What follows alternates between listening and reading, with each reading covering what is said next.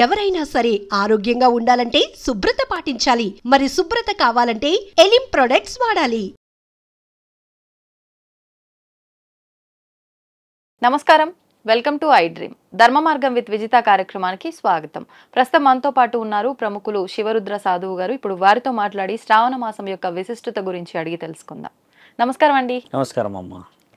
మనకి మరికొద్ది రోజుల్లో శ్రావణ మాసం ప్రారంభం అవబోతోంది. అయితే ముఖ్యంగా మనకి చాతుర్మాస దీక్షలు ప్రారంభమైనాక వచ్చే ఈ 4 మాసాలు కూడా ఎక్కువగా శుభకార్యాలు జరుగుతుంటాయి. ఆధ్యాత్మికంగా కూడా మనం ఎక్కువగా ముందుకు వెళ్తూ ఉంటాము. అందులో మొదటగా శ్రావణ మాసం నుంచి ప్రారంభం అవుతూ ఉంటుంది.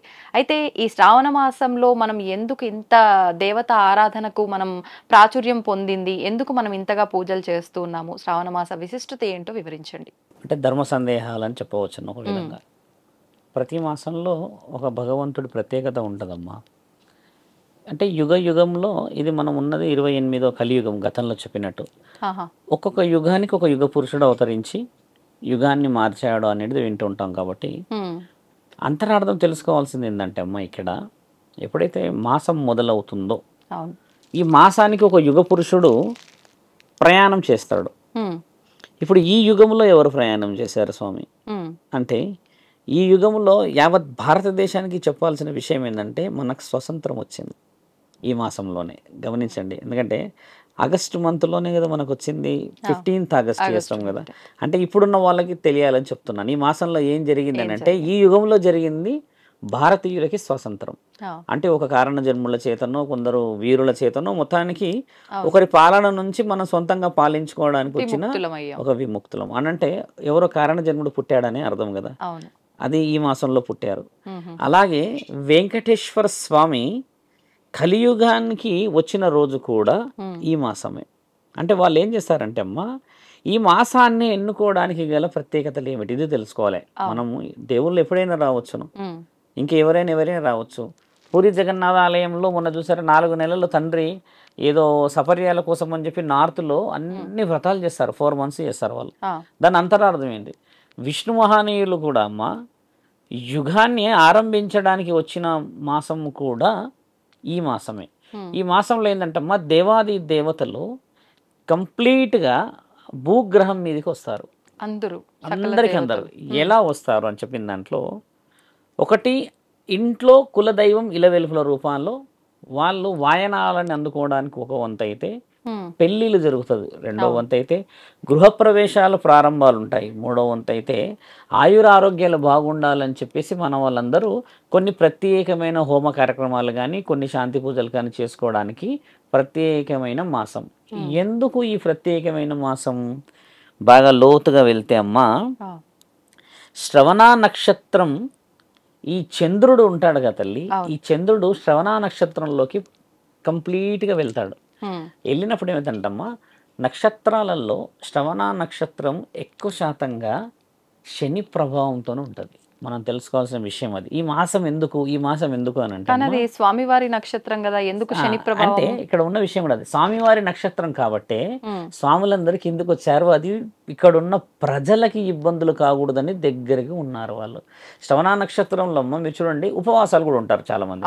కంప్లీట్ గా నెల మొత్తం కూడా మాంసాహారాలు మానేసిన వాళ్ళు ఉంటారు, కంప్లీట్ గా తినేవాళ్ళు కూడా ఉంటారు. వాళ్ళు ఎందుకు అది తినకుండా ఎందుకు తినాలి అన్న దాంట్లో అర్థం ఏంటంటమ్మా, శని ప్రభావితమైన నెల కూడా ఎవరైతే మాంసాలే కానీ, ఎవరైతే మిగతా అంటే ఈ బానిసలాగా మద్యం లాంటివి ఉన్నాయి అనుకోమ్మా, వాళ్ళందరికీ ఏంటంటమ్మా, ఆల్రెడీ జీవితంలో కొంచెం ఇబ్బందులు ఉండడం చేత పెద్ద వ్యక్తులు ఏం చేశారంటే, ఒక నక్షత్రము ఒక సమయానికి కొన్ని జీవితాలని ఎక్కువ శాతంగా ప్రభావితం చేస్తారు. ఆ నక్షత్రం వచ్చే సమయానికి మనం దానికి బలి కాకుండా, అంటే ఎఫెక్ట్నెస్ ఎక్కువ రాకుండా, ఆరోగ్యాలు కానీ ఇంకేదైనా ఇబ్బంది పడకూడదు అని చెప్పేసి పూర్వీకులు నిర్ణయించినప్పుడు ఈ చంద్రుడు కంప్లీట్గా శ్రవణ నక్షత్రంలోకి ఉండి అమ్మ 15 రోజుల నుంచి ఇది సుమారు 29 రోజుల వ్యవధి ఉంటుంది. ఈ 15 రోజులు 25 రోజులు పాటించాలి అని అనడానికి గల ముఖ్యమైన కారణం ఏంటంటే, ఆ శని ప్రభావము చంద్రుడు ఎవరి మీద పడుతుందమ్మా, నీడ భూమండలం మీద కదా. మరి చంద్రుడే శని అయిపోయి అందరి మీద పడితే మరి మిగతా వాళ్ళందరికి ఇబ్బంది అవుతుంది అనేది దాని అంతరార్థం. అలా ఉండడం చేత ఈ మాసంలో ఒకంత ఉపవాసాలు ఉండి పుణ్యం సంపాదించడం, ఈ మాసంలో ఒకంత కొన్ని పతివ్రత గౌరవాలన్నీ సంపాదించడానికి, ఆయురారోగ్యాలు సంపాదించడానికి ఒక గౌరవం పూర్వం పెద్ద వ్యక్తులందరూ నిర్ణయించిన శాసనాలు ఇవన్నీ. ఇప్పుడు మనం పాటించాల్సింది ఈ గురుబలం ఎందుకు, ఈ శని ప్రభావం మన మీద ఎందుకు ఉంటుంది, మాంసాహారాలు ఎందుకు మానేయాలి అని మాట్లాడతాం. తెలంగాణ ప్రాంతంలోనే మానేస్తారు మాంసం, ఇది కూడా ఉంది ఇందులో. ఎందుకంటే ఆషాఢ మాసం మొత్తం మనది ఇప్పుడు బోనాలని, పండగలని, వేటలని ఇవన్నీ ఇప్పుడు ఎక్కడ చూసినా కోయడాలు జరుగుతుంది కదా. ఇలాంటి తంతు కూడా ఆలోచన చేసి కంప్లీట్ ఒక నెలంతా శరీరం కొంచెం మాంసాహారంతో దాంతో ఇబ్బంది ఉంటుందన్న ఉద్దేశంగా కూడా కొందరు వ్యక్తులు ఒక వ్రతం లాగా స్వీకరిస్తారు, అంటే రెస్ట్ ఇవ్వడానికని. సైంటిఫిక్గా కూడా ఇది ప్రూవేనే. ఇలా ఉన్న ఈ యొక్క మాసంలో ప్రత్యేకత చాలా ఉన్నాయి తల్లి, మీరు బిలీవ్ చేయరు. ఇందులో 12 పండుగలు కలిసి వస్తాయి. ఇప్పుడు చూడండి ఈ మొత్తం మాసంలో ఎన్ని ఉన్నాయమ్మా, మీ అందరికీ తెలిసిన పండుగలు. ఇప్పుడు చూడండి ఇందులో అమావాస్య ప్రత్యేకత ఉంది, పౌర్ణమి ప్రత్యేకత ఉంది. ఇప్పుడు ఇందులో దేవాది దేవతలకంటే నాగుంపాములకు సంబంధించినదే అనే పండగనే, కానీ దాని అంతరార్థం పూర్వీకుల నుంచి వచ్చింది అనేది ఒక చవితి కానీ నాగుల పంచమి కానీ ఎందుకు చేసుకుంటారన్న అంతరార్థం కొంచెం నేను లోపలికి వెళ్తూ చెప్తా. అసలు దానికి అంతరార్థం, మనం పాలు పోస్తే అది ఎవరు స్వీకరిస్తారు, ఎక్కడ దాకా దాన్ని ధారలాగా పోస్తే, ఎందుకు ఒక్కో పుట్టలోనే పోసిందే పోస్తే అంటే కొందరు నాస్తికులకి కొంచెం డెప్త్గా చెప్తాం. ఎందుకు పాలు ఒకేసారి మీరు పోసిన తర్వాత నేను పోసాక ఇట్లా ధారలాగా ఎందుకు పోయాలి, దాని అంతరార్థం నేను మెల్లిగా అంటే వీడియో లోపలికి వచ్చినప్పుడు చెప్తానమ్మా. శ్రావణ మాసం పుట్టుకకి కారణం ఏంటంటే నక్షత్రాలు వాటి యొక్క ప్రభావితాన్ని భూమండలానికి దగ్గరగా తీసుకురావడం చేత కొన్ని నియమాలను పాటిస్తాం. ఇది మాసం ప్రత్యేకత మాత్రమే.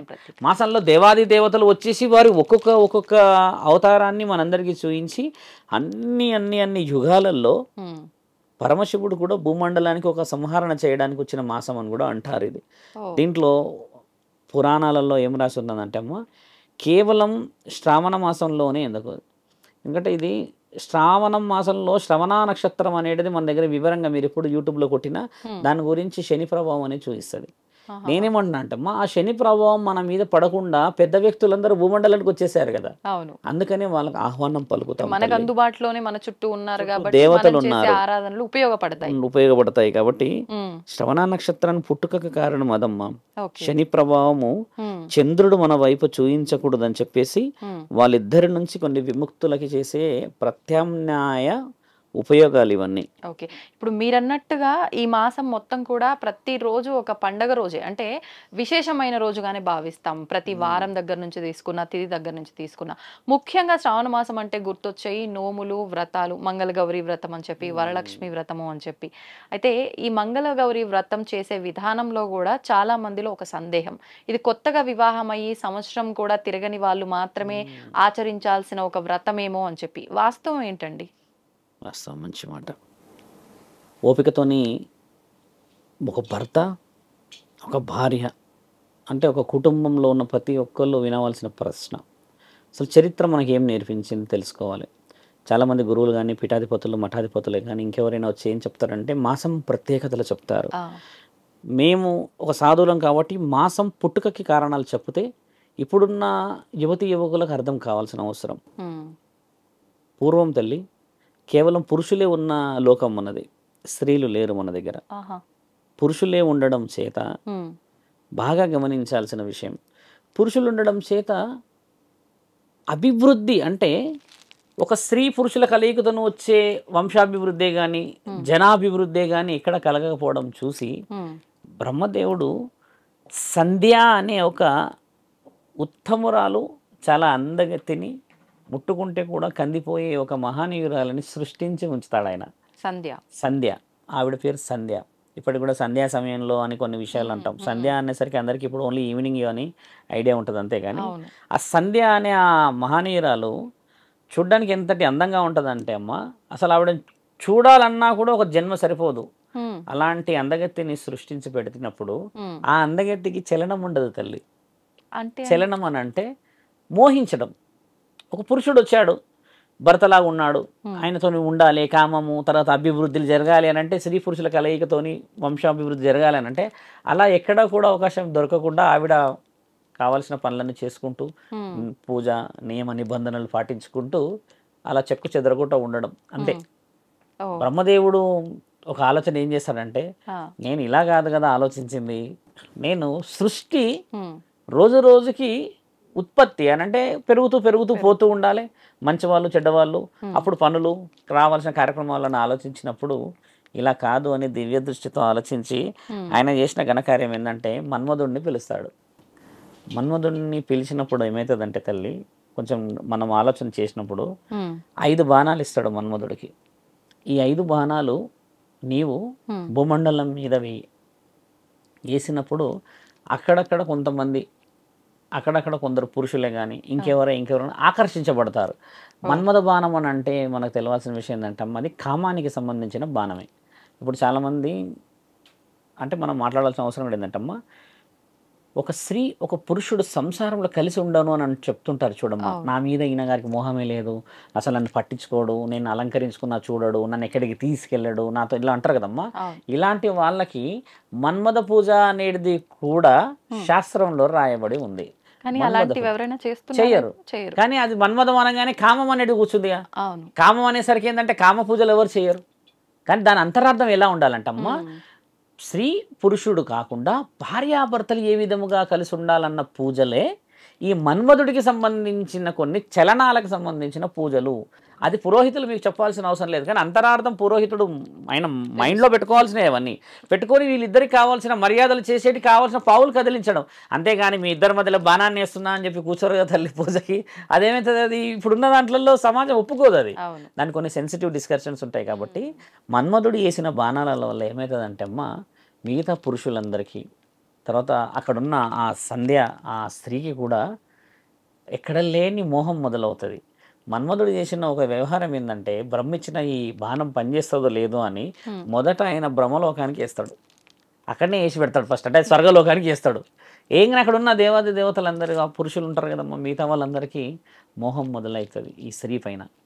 ఈ సంధ్య అనే స్త్రీకి అందరూ ఆవిడనే చూస్తూ ఉంటారు మోహంగా, అందరూ చూస్తూ ఉంటారు. ఆ మోహంగా చూడడం ఆమె తట్టుకోలేక నన్ను అంత అపవిత్రంగా ఊహిస్తారు కదా, మోహం అనేది ఊహ, అలా చేయడం ఆవిడ తట్టుకోలేక ఏం చేసిందంటే అమ్మా, ఒక్కసారిగా నేను ఆహుతి అయిపోవాలి, నా ఈ శరీరం నాకు నచ్చట్లేదు, ఇంతమంది నన్ను చూసి నన్ను మోహించే ఆలోచన చేస్తున్నారు కాబట్టి నేను అపవిత్రం అయిపోతున్నా అని చెప్పేసి ఒకసారి ఏం చేస్తుందంటమ్మా, ధ్యానంలో కూర్చొని, ఆవిడ డ్యూటీ ఏంటంటమ్మా, ఆవిడ కార్యసిద్ధం చేసేది ఆవిడ కూర్చున్న స్థలంలోనే ఒక మహాయోగినిలాగా కూర్చోవడం అంతే. ఆవిడ చూడగానే ఒక దేవతని తలపించేలా కూర్చోవడం. అయితే అలా కూర్చున్న ఆ స్త్రీని చూసినప్పుడు మనకు తెలుస్తుంది కదా, కొంతమంది వెనకాల నువ్వు నన్ను చూస్తున్నావు అది ఇదని, అది రావడం, చాలా మంది చూడడం, బ్రహ్మ కూడా ఆవిడని అలానే చూడడం ఆవిడకి నచ్చకపోవడం చేత మహాముక్కంటి తపస్సులో కూర్చొని ఈ నా దేహం కాలిపోవాలి, కాలిపోయిన తర్వాత ఈ స్త్రీకి సంబంధించిన విషయ వివరణలు ఉండకూడదని కఠోరమైన తపస్సులో కూర్చొని శివుడిని ఆరాధిస్తుంటది. ఆరాధిస్తున్నప్పుడు మరి అంతటి మహానీరాలు చూస్తేనే అపవిత్రం అయిపోయింది అని అనుకున్న స్త్రీలు లేరు ఈ రోజుల్లో. అలాంటి స్త్రీని కాపాడుకోవాలి మనము, అలాంటి స్త్రీ వల్ల వంశాలు అభివృద్ధి చెందితే బాగుంటుంది అని చెప్పేసి వాళ్ళందరూ ఒక ఉపాయం చేసి మహాముక్కంటికి చెప్తే, ముక్కంటి ఏమంటాడంటే, శివ ఉపదేశం ఆవిడ చెవిలో చెప్పండి వెళ్ళి అని అంటారు. ఆవిడ కాలుదామని నిర్ణయం చేసుకుంటది. ఇప్పుడు ఆవిడకి ఎవరు చెప్పాలి, బ్రహ్మదేవుడు వచ్చి చెప్పలేడు, ఆవిడకి ఇంకేదైనా విషయం చెప్పాలా, మన్మధుడు వచ్చి చెప్పలేడు. కాబట్టి సప్త ఋషులలో 7వ వారైన మహానీయులు వశిష్ఠ మహానీయులని సంప్రదింపు నారదుడు వెళ్ళి ఇస్తాడు, ఫలానా ఫలానా విషయం జరిగింది, మీరు వెళ్ళి మహాముఖంటి యొక్క ఉపదేశాన్ని చెవులో చెప్పవలసిన అవసరం ఉంది మహర్షి వారు అంటే, ఈయన గారు అప్పటికి బ్రహ్మచర్యత్వంలో ఉండి మహా ఉన్నతమైన స్థితి. ఇప్పుడు గోత్రనామాలకి ఆయన ముఖ్యమైన పటిష్టమైన పర్సన్ అమ్మ. వశిష్ఠ మహానీయులు వెళ్ళి ఆవిడ కాలడానికైనా సిద్ధం చేసుకొని మంట ఇట్లా పైకి వస్తూ ఉంటుంది, చెవులో వెళ్ళేసి శివుడి యొక్క మంత్రోపదేశం చెప్తాడు చెవులో. విన్నప్పుడు ఏంటంటే ఆమె సెన్స్ అంటే ఒక ఊహకైతే వింటది కదా, ఒకసారి ఇట్లా విని కళ్ళు తెరుస్తుంది అమ్మ. తెరిచినప్పుడు వశిష్ఠులు మునివర్యులు కనబడతారు ఆవిడకి. కనబడగానే ఈవిడ కళ్ళు తెరుచుడే ఆయనని ఊహించుకుంటుంది, ఈయన నా భర్త అని. అక్కడ దాకా ఒక చాలా డెప్త్గా పోయే టాపిక్ అది చూడగానే. కానీ ఆవిడ కాలిపోయే తరుణంకి వచ్చేసింది కదా, కాలిపోయిన శరీరాన్ని ఆపే హక్కు అయితే ఎవరికి లేదు. మళ్ళీ ఆవిడ ఒక వరంతోని కాలుతూ ఉంటుంది, శరీరాన్ని చూసినందుకు నేను అపవిత్రమైన, నన్ను నా భర్త తప్పితే ఎవరు చూడకూడదు, మళ్ళీ నేను నా భర్తని ఇష్టపడి చేసుకున్నవాడే నన్ను చూడాలి అని అన్న ఆ కోరిక బ్రహ్మదేవుల వారికి నచ్చుతుంది. ఎంత పవిత్రమైన ఆలోచన అది. అలాంటి వ్యక్తులు ఉండాలి అని చెప్పేస్తే అప్పుడు చూస్తూ చూస్తూ ఒక వరం తీసుకుంటుంది, నేను మళ్ళీ పుడతాను అని. అలా మళ్ళీ పుట్టడానికి వచ్చిన మహానీయురాలు అరుంధతి మాత. ఇప్పుడు అరుంధతి మాత రెండో స్టెప్లోకి వస్తుంది. అరుంధతి కంటే ముందు ఉన్న తల్లి సంధ్య. అరుంధతి మాత విషయ వివరణలు మనందరికీ తెలిసినవి. అరుంధతి మాత నక్షత్రం చూడండి, చూడకపోతే ఇలా, చూస్తే ఇలా అని చెప్పిన వాళ్ళందరూ ఈ రోజుల్లో మధ్యాహ్నమే చూస్తున్నాం. అరుంధతి మాత కనబడదు. కానీ అరుంధతి మాత సాయంత్రం వేళలో చూడాలి. అరుంధతి మాతని దగ్గర ఉండి పెళ్లి చేసుకున్న మహానీయులు వశిష్ఠ మహానీయులు. ఈయన గారు చేసేసుకున్న తర్వాత వాళ్ళు జీవితంలో కొన్ని విశేష వివరణలను అందించుకొని, ఆవిడ కూడా అమ్మ ఏ దేశ రాజైతే ఉంటాడో ఆ దేశ పశుపతి రాజుకి గారాల పట్టి 16 సంవత్సరాల తపస్సు చేసినాక పుడుతుంది. పుట్టిన ఆ వరం ఎంత బలంగా ఉంటుందంటే అమ్మ, ఆయన కోరే వరం కూడా చూడండి, నాకు పుత్రులు లేరు, నా రాజ్యం బాగుండాలి, నా రాజ్యంలో నుంచి నేను సుభిక్షమైన పాలన చేస్తా అని కోరుతాడు. ఇంత డెప్త్గా పోయినప్పుడు ఆయన గారు గాయత్రీదేవిని పూజిస్తారు. గాయత్రీదేవి ఒక హోమంలో నుంచి బయటకు వచ్చి చెప్తుంది, మీకు ఒక దేవత లాంటి స్త్రీ మహానీయురాలు పుడుతుంది అని అంటది. ఈయన కోరిందేమో పురుషుల గురించి కోరితే ఈయనకి అమ్మ అని చెప్పి ఆ ప్రశ్నకి జవాబు ఇవ్వలేకపోతాడు, వెనక్కి జరుగుతాడు, తదాస్తు అని వెళ్ళిపోతుంది. అరుంధతి మాత విషయాలు చరిత్రలో గొప్పగా ఎందుకు వచ్చాయనేది మళ్ళీ కొంచెం డెప్త్లోకి వస్తే అర్థమవుద్ది. తర్వాత అరుంధతి మాత వశిష్ఠ మహానీయులు లోకంలో ఎన్నో గొప్ప పనులు చేసేసమ్మ ఏ వరాన్ని పొందుతారో తెలుసా తల్లి? మరో జన్మకి 100 మంది పుత్రుల్ని సంపాదించాలన్న వరం పొందుతారు వాళ్ళు. మరో జన్మకి 100 మంది పుత్రులు కావాలి అన్న వరం పొందినప్పుడు 100 మంది పుత్రులని మరి ఒక స్త్రీ ఏ విధంగా సంపాదించగలుగుతుంది అని అన్న ఆ తరుణంలో అమ్మ ఆవిడ ఏం చేస్తుందంటే అమ్మ, ఇప్పుడు మనం తెలుసుకోవాల్సిన మీ ప్రశ్న, వ్రతాలు హోమాలు అన్న ముఖ్య స్త్రీ సతీ సావిత్రి. అరుంధతి మాత ఏం చేస్తుందంటే అమ్మ, మళ్ళీ సతీ సావిత్రి లాగా పుడుతుంది. పుట్టినప్పుడు ఆ దేవత ఏం వరం ఇచ్చింది, ఒక స్త్రీ మహానీయురాలు మీకు పుడుతుంది దేవత లాగానంటే, ఈ దేవత వాళ్ళ కడుపులో పుట్టి ఉంటుంది. పుట్టడం చేత ఆ దేవత ఏం చేస్తుందంటమ్మా, చూడడానికి ఎవరు పెళ్లి చేసుకోవడానికి ముందుకు రారు, దేవతని ఎలా పెళ్లి చేసుకోవాలి అని. ఎందుకంటే అందచందాలను చూసి ఆ చీర కట్టు చూసి ఎవరు ముందుకు రారు. ఆవిడ ఏంటంటే అమ్మా, మంచి గమనించాల్సిన ప్రశ్న, నేను మోహించిన వాడే నాకు భర్త, నాకు కనబడిన వాడే భర్త అని సంధ్యలాగా ఉన్న శరీరాలు ఇవన్నీ. అంటే ఆవిడ సంధ్య, అరుంధతి, సతీ సావిత్రి. ఈవిడ వశిష్ఠ మహాముని వర్యులని తప్పితే మిగతా ఎవరిని కూడా జీవితంలో ఊహించుకోలేదు. అంటే ఆత్మ ఒకటే, శరీరాలు మారింది, ఆవిడ తత్వాలు మారినాయి అన్న విషయం చాలా ముఖ్యమైనది ఇక్కడ. సతీ సావిత్రిలాగా వచ్చిన తర్వాత జరిగిన మహా సంఘటన ఏంటంటమ్మా, మీకు అందరికి తెలిసిందే. అరుంధతి నక్షత్రం ఎందుకు చూడాలి, తర్వాత సతీ సావిత్రి వ్రతాలు ఎందుకు, ఇప్పుడున్న ఈ మాసంలో ప్రత్యేకతలు అని అంటే, ఆవిడకున్న వరము, అమ్మా నీకు మేము సంబంధం చూడలేం, నిన్ను ఎవరు మెచ్చట్లేరు, వస్తున్నారు నీ కాళ్ళు మొక్కుతున్నారు, లేదా నిన్ను చూసి దేవతాన్ని మొక్కేసి వెళ్ళిపోతున్నారు, కానీ ఇప్పుడు మేము ఎవరిని చేయాలి, ఎలా ముందుకు వెళ్ళాలి, నీవే నీ చెలికత్తలతో చెప్పమ్మా, వెళ్ళేసి దేశాటనో లేకపోతే పర్యటన చేసిరా అని అన్నప్పుడు, ఒక దగ్గర ఒక అశ్వం, ఆ గుర్రం ఉండి, ఆ గుర్రం పక్కనే చెట్లు కొట్టుకుంటూ, ఆ రాళ్ళు మన ఈ అడవిలో కట్టెలు కొట్టుకుంటూ ఒక అతను, అతని పక్కనే తల్లిదండ్రులకు ఇద్దరికి కళ్ళు ఉండకుండా వాళ్ళ కోసమని ఈయన ఆ కట్టెలు కొట్టడం చూస్తుంది. ఈవిడ చూసిన ఆ వ్యక్తి చూసి ఒక్కసారిగా వాకాబు పెట్టిస్తుంది. వాకాబు అంటే ఎంక్వైరీ పెడతాగా, ఎవరైనా ఏంది అని అంటే, ఆయన ఒకప్పుడు బాగా రాజ్యాన్ని చూసిన రాజు, ఆ రాజ్యం అంతా కూలిపోయి ఫలానా వ్యక్తులు నమ్మక ద్రోహం చేయడం చేత ఈయన గారు ఈరోజు దీనమైన స్థితిలో తినడానికి లేని పరిస్థితుల్లో ఉన్నారు అని చెప్పినప్పుడు, నారద మహామునివులు వచ్చి ఈయన తండ్రికి చెప్తారు, సతీ సావిత్రి అమ్మ తండ్రికి పశుపతికి చెప్తారు. ఆయన ఏమంటాడంటే, అమ్మ అలాంటి వాడిని ఎలా పెళ్లి చేసుకుంటుంది, ఈవిడ రాజ్యాధికారి, రాజ్యంలో ఒక మంచి ఉన్నతమైన స్థితిలో అనుభవిస్తుందని అంటే, అలా ఉన్న పెళ్లి చేసుకోవచ్చు, కానీ ఆయన గారికి మరణగండం 365వ రోజు ఉంది, ఏ రోజైతే తాళి కడతారో ఆ రోజు నుంచి అని అంటారు. పెళ్ళైనారు కరెక్ట్గా 1 year, సంవత్సరం ముందే అనగానే ఆయన కళ్ళు తెరిచి అలా అమ్మాయిని అడుగుతాడు, బిడ్డని, ఏం సంగతి, ఎట్లా ఉంటుంది అంటే, నాకు నచ్చిన వాడిని చేసుకోమన్నావు కాబట్టి నేను ఆయనని చేసుకుంటాను, ఆయనే నాకు ఇవ్వాలి అని అంటే తండ్రి ఏమంటాడు, అలా చేయడం కష్టం కదా. అవును. తెలిసి రేపటి రోజు తెలిసి. పరిస్థితి నీదమ్మా, నువ్వు మంచి జీవితం ఉన్నది, కోల్పోతావని అన్నా కూడా వినదు. ఆ! వినకుండా అమ్మ ఈవిడ మనస్సాక్షిలో 2 జీవితాలు గెలిచిన వ్యక్తి. ఈ మూడో వ్యక్తి సత్యవంతుడు సతీ సావిత్రి అమ్మని చూసినప్పుడు వీళ్ళిద్దరికీ ఒక పెళ్ళి తంతు అంతా చేసిన తర్వాత హ్మ్. కష్టాలు పరమశివుడు ఎక్కడ పెట్టాడు గమనించాల్సిన విషయం ఏంటంటమ్మా, ఈవిడ కోరిన వరం ఏమిటి, అక్కడ మొదట సంధ్య అన్న ఒక అమ్మలాగా ఉన్నప్పుడు, మహాపతివతలాగా ఉన్నప్పుడు ఆవిడ కోరిన ఒకే ఒక మాట ఏంటంటే, నేను ఇష్టపడిన వాడు నాకు రావాలి, నన్ను చూసి మోయించిన వాడు కావాలి, దానివల్ల భవిష్యత్తు తరాలకి మేమిద్దరం ఆదర్శం కావాలి అన్న కోరికని పరమశివుడిని ఆ మంత్రం విన్నది కదమ్మా. విన్నప్పుడు తండ్రి తదాస్తు అని అంటాడు అనమాట ఆవిడని. ఆ తదాస్తు అన్నప్పుడు తండ్రి ఏమంటాడనంటే, నేను ఇష్టపడిన వాడు నాతో ఉండాలి అన్న వర్డ్ ఆమె మొదటి జన్మలోనే పొందుతుంది.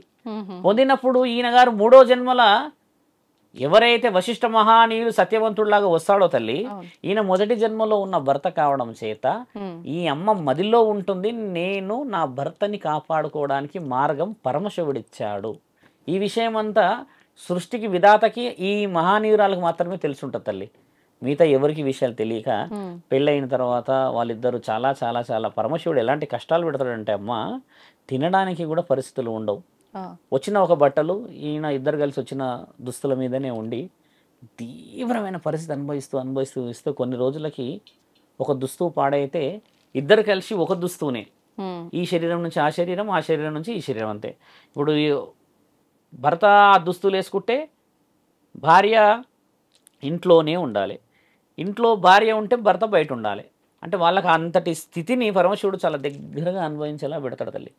చూసి ఎందుకంటే పరీక్షలే, ఆ పరీక్షలు అలా పెట్టినప్పుడు మీరు అడిగిన ప్రశ్నకి ఒక ప్రతి వ్రత యొక్క పరీక్షలు చెప్తున్నాం సమాజానికి ఉపయోగపడేది. ఆ మహానీయురాలు ఎక్కడ కూడా తగ్గనీయకుండా అన్ని పనులలో సహకరించుకుంటూ ముందుకు వచ్చిన తర్వాత ఏం జరుగుతుందంటే, ఒక రోజు మహాముఖంటి పరీక్షించే సమయం వస్తుంది. వాళ్ళకు గుడ్డలు కూడా అడ్జస్ట్ చేసుకోలేని పరిస్థితిలో, ఇంట్లో కూడా గంజి మెతుకులు కూడా ఉండని పరిస్థితి చూసి ముక్కంటి మొదటి శ్రావణ శుక్రవారం రోజు గడప మీద అడుగు పెడతాడమ్మా. పెట్టి భిక్షాటనకు వస్తాడు. భవతి భిక్షాందేహి అని గట్టిగా అరిచినప్పుడు ఆ సమయానికి సత్యవంతుడు బయట ఉంటాడు. అంటే కట్టెలు కొట్టడానికో లేకపోతే వ్యవసాయం పనులకు పురుషులు, ఈ అమ్మ లోపటే ఉంటుంది. ఈవిడ ఏం చేస్తుందంటే అమ్మ ఆ సమయానికి చూడండి, పతి వ్రత అంటారు. ఈవిడ ముగ్గులు, అలంకరణలు, ఇంట్లో వివిధమైన రకాలైన గౌరికి సంబంధించిన మంగళకరమైన నిర్ణయాలు చేస్తుంటుంది. అలంకరణ చాలా బాగా చేస్తుంది. పొయ్యి అప్పట్లో మట్టి పొయ్యి కదమ్మా, పొయ్యి నుంచి ముగ్గులేసి గడప నుంచి ముగ్గులేసి అలా వస్తూ ఉన్న ఆ సమయంలో ఈయన గారు వచ్చి అక్కడ నించోగానే ఉటాహుటిన బయటికి రాలేకపోతుంది.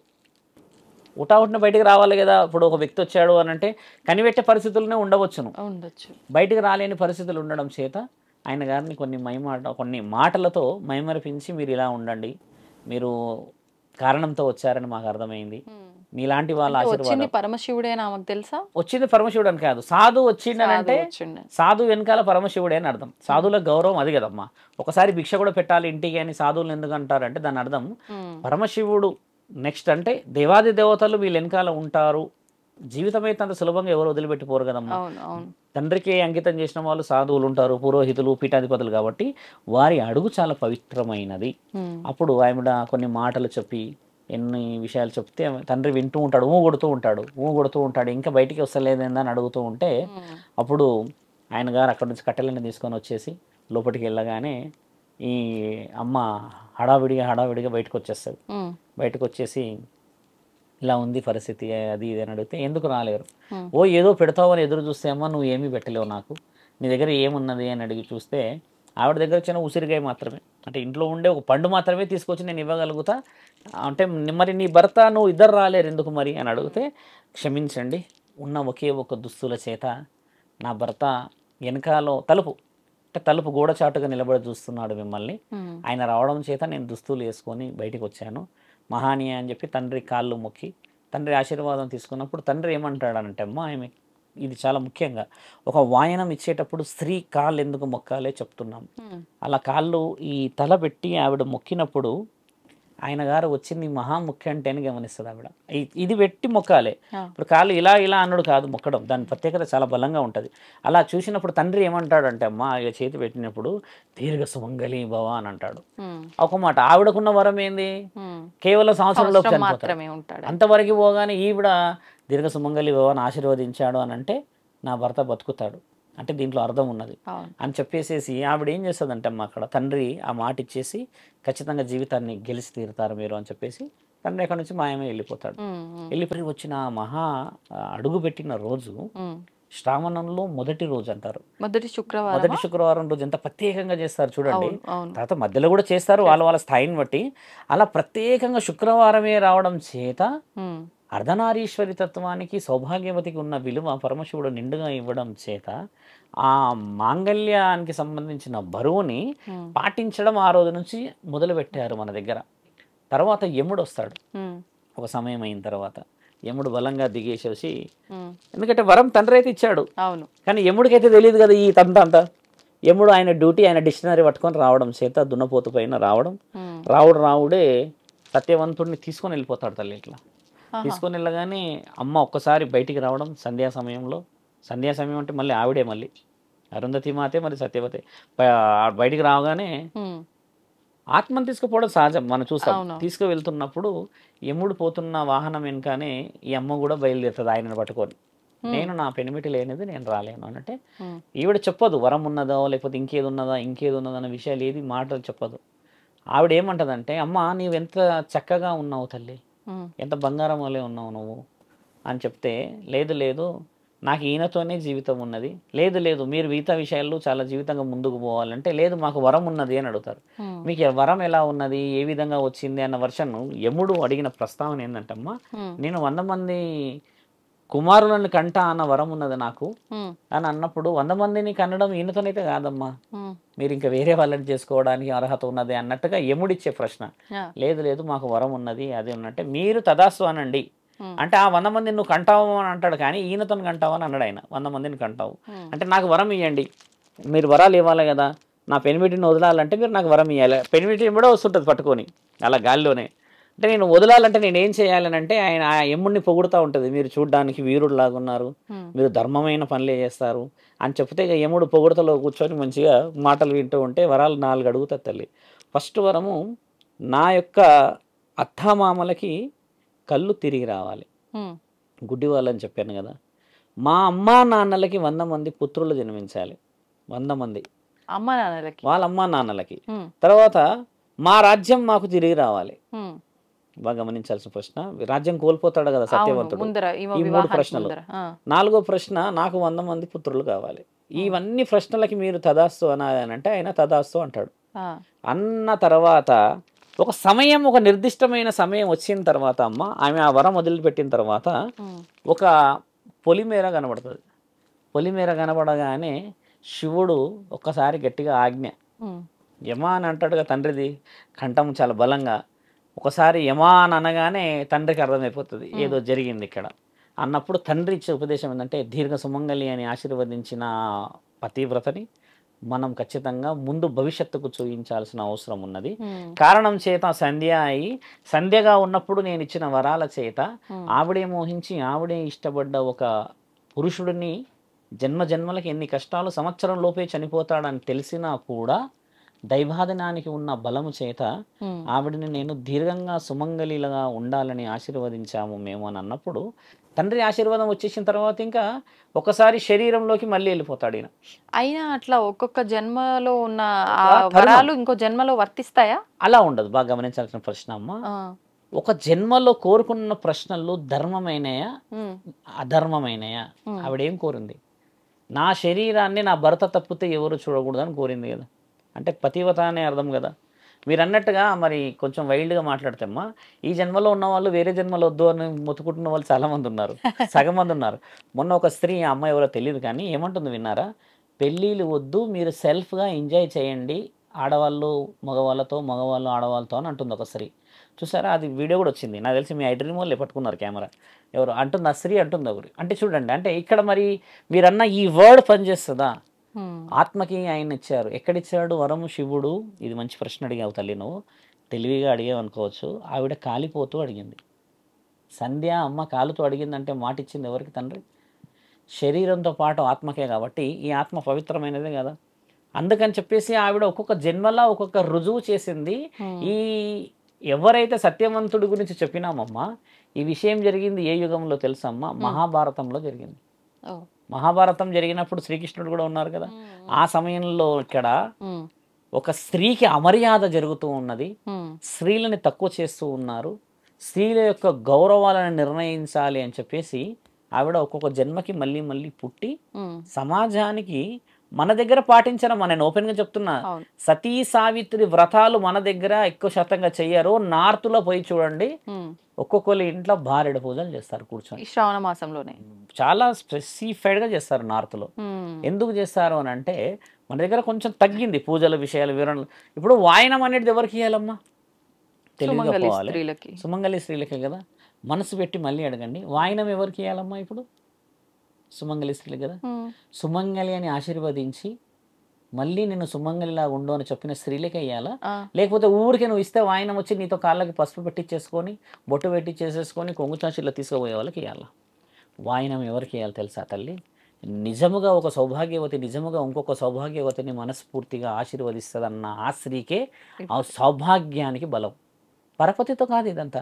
సంవత్సరంతో చనిపోతున్న మహానీయుని గెలిచిన దేవాది దేవతలు ఇప్పటికీ వారి కోసమే పాటిస్తున్న వ్రతాలు ఈ మాసంలోనే జరిగింది. కాబట్టి ఈ మాసంలో దేవాది దేవతలు ఇంటింట సంచరిస్తారు. కాబట్టి మీకు ఎంతరాధన నేను చెప్పాల్సిన అవసరం లేదమ్మా. కానీ చరిత్ర మనకు తెలియకపోతే ఈ వాయనానికి విలువ లేదు. మేము ఓపెన్గా చెప్తున్నాం తల్లి. నేను ప్రత్యక్షంగా అనుభవించిన ఒక భక్తురాలి చిన్న విషయమే. హైదరాబాద్ వాసులే. భర్తకి ఆరోగ్య పరిస్థితి బాగలేని సమక్షంలో ఆవిడ ఏం చేసిందంటే, ఏ స్త్రీ అయినా పెళ్ళైన 3 నెలలకే గర్భవతి అయింది. ఈ బిడ్డ 8వ నెల ఉన్నప్పుడు అలా ఆయన కంప్లీట్ కొలాప్స్ అయిపోయాడమ్మా. కొలాప్స్ అని అంటే ఎలా అంటే, మనిషి మెల్లగా ఆరోగ్య పరిస్థితి క్షీణించి మంచానికి కంప్లీట్ అర్హత. ఎంతమంది చెప్పారంట తెలుసా అమ్మా, ఆయన ఇంకొక 2-3 months 4 months 5 months 2-3 months 4 months ఇదే కంప్లీట్గా ఉంటే ఈవిడ ఏం చేసిందంట, ఒకరోజు ఉంటారు ఊర్లో పెద్ద మనుషులు వాళ్ళు, ఇట్లా కాదమ్మా, దానికి ఏదో ఒక అంతరార్థం ఉంటుంది, ఎవరినో కలువు చేయి, ఇక్కడ అక్కడ అంటే ఇక్కడ కాదు అక్కడ కాదు. ఆవిడ కాశీకి పోయిందంట.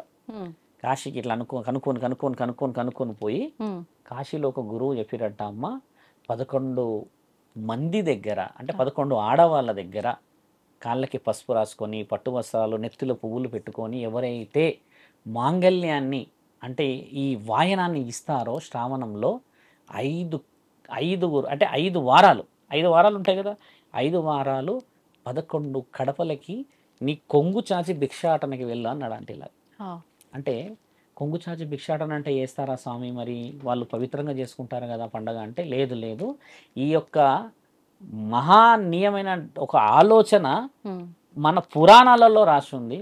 ఒక స్త్రీ ఏమి చేయగలుగుతుందో. ఆవిడ ఏం చేసింది, ఆహాన్ని చంపుకొని తర్వాత బాధను చంపుకొని ఉన్న ప్రాంతంలో పోయి అడుగుదామంటే ఎవరు కూడా ఇస్తారే, కానీ ఎన్ని వెనుక మాటలు ఉంటాయి, ఎన్ని ముందు మాటలు ఉంటాయి.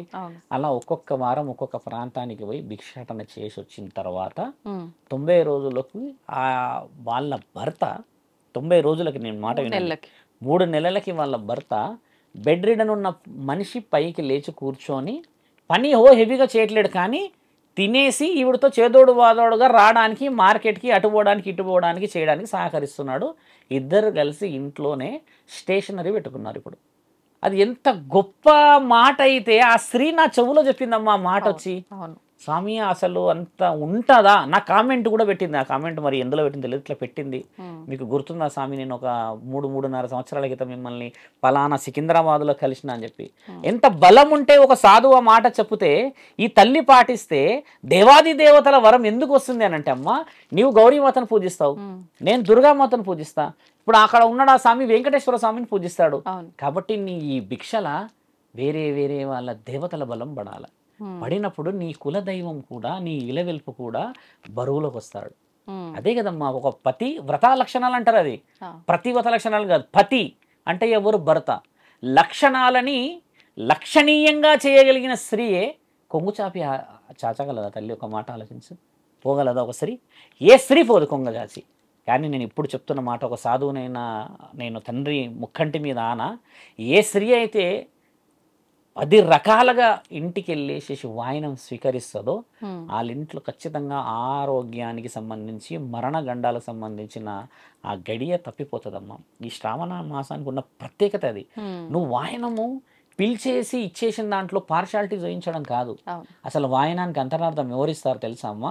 ఏ భర్త ఆరోగ్యం బాగుండదో, ఏ భర్త ఉద్యోగం ఆర్థిక పరిస్థితులు బాగుండవో, ఏ భార్య నేను నా జీవితాన్ని గెలవాలని నిండుగా అనుకుంటారమ్మా, అలాంటి స్త్రీకి దేవాది దేవతలు కిందకు వస్తారు తల్లి. ఇప్పుడు చెప్పండి, ఇంతమంది దేవతలు ఎందుకు కిందకు వచ్చారు? ప్రశ్న అర్థమైంది. ఎందుకు వస్తారో వాళ్ళు? అలా లక్షల మంది ఆడబిడ్డలు ఎదురు చూస్తున్నారు, ఏ దేవుడు మా ఇంటికి వస్తాడు, ఏ దేవత మమ్మల్ని బాగుపరుస్తుంది, ఎవరి ఆశీర్వాదం ఎక్కడి నుంచి వస్తుందన్న ఆ శ్రీ మహానీయులకు చెప్తున్నాం ఏంటంటమ్మా, మనకి ఎలాంటి అహమడ్డు రాకుండా పోయే ఒకే ఒక్క పూజ ఈ యొక్క వాయనం. వాయనం కూడా ఇచ్చే పద్ధతి చాలా బలంగా ఉంది తల్లి. వాయనం ఎలా ఇస్తారు చూడండి. పసుపు ఆవిడ పెట్టేసుకుంటుంది అక్కడ, ఈవిడ లోపలికి రాకూడదు ఎందుకంటే అంతా టైల్స్, వైట్ టైల్స్ ఒక్కోసారి మరి పసుపు మాయమైపోతాయి. పతివత లక్షణాలు ఏం తెలుసా తల్లి? కేశాలన్నీ వదిలిపెట్టి నిండుగా పువ్వులు పెట్టి ఈవిడ చేతికి నిండు పసుపు, ఇక్కడి వరకు ఎర్రపచ్చ గాజులు వేసుకొని కాళ్ళకి పసుపు పెట్టుకొని వచ్చిన ఆ మహానీయులు మహాలక్ష్మి మా ఇంటికి వచ్చింది అని చెప్పి ఈవిడ వెళ్ళి పెట్టాలి పసుపు. అలా పెట్టి ఆలోచన ఏమని ఆలోచించాలి? ఆవిడ బాగుండాలి, మనము బాగుండాలని ఆలోచించి ఆ అడుగు కదమ్మా ఇంట్లోకి పెడితే వాళ్ళ దేవత కూడా వస్తుంది కదా. ఇప్పుడు ఈమెకి పెడతలేవు నువ్వు మాంగళ్యానికి పసుపు. ఇప్పుడు మీరున్నారు, మీ పేరు పలానా విజయ అనుకో తల్లి, మీ ఇంటి దేవత వస్తున్నది నీతో పాటు. అదే కదా ఇలవెల్పుల బలము. అందుకు ఈ మాసానికి వచ్చింది కదా. ఆవిడ లోపలికి రావడం చేత ఈ బిడ్డని ఆశీర్వదిస్తుంది. ఎందుకంటే నా బిడ్డని కల్మషం లేకుండా నా ఆ కాళ్ళకి పసుపు పెట్టి ఆహ్వానించినప్పుడు ఆవిడిచ్చే బలమే. ఇలా అక్షంతలు ఎలా వేసే పద్ధతి కూడా అక్షంతలు చూడండి, చాలా చాలా చాలా చిన్న చూపుతో వేస్తారు. నేను వాళ్ళకే చెప్తున్నానమ్మా. ఎప్పుడైతే వాయినం ఇస్తామో తమలపాకు పెట్టి ఒక చిన్న కుడుక పెట్టి అందులో వాళ్ళు ఒక్క పెడతారు. ఒక్క పెట్టిన తర్వాత ఒక పసుపు కొమ్మ పెట్టాలి తల్లి.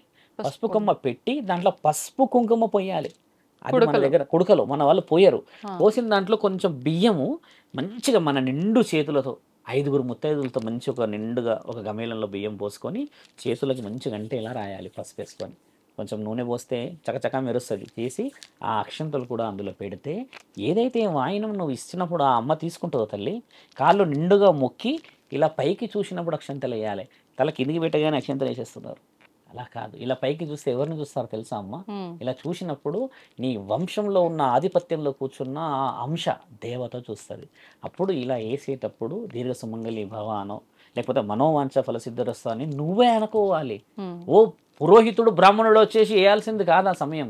ఇది ఆడవాళ్ళు తీసుకోవాలని ఎందుకు పెట్టిరంటే, ఒక మహానీయురాలు అరుంధతి, ఒక మహానీయురాలు సతీ సావిత్రి, ఒక మహానీయురాలు ఎంతెంత మంది వేసేస్తే మనకి ఈ రోజు వచ్చింది సమయం. ధన్యవాదాలండి, మంచి విషయాలు వివరించారు. నమస్తే. నమస్కారం.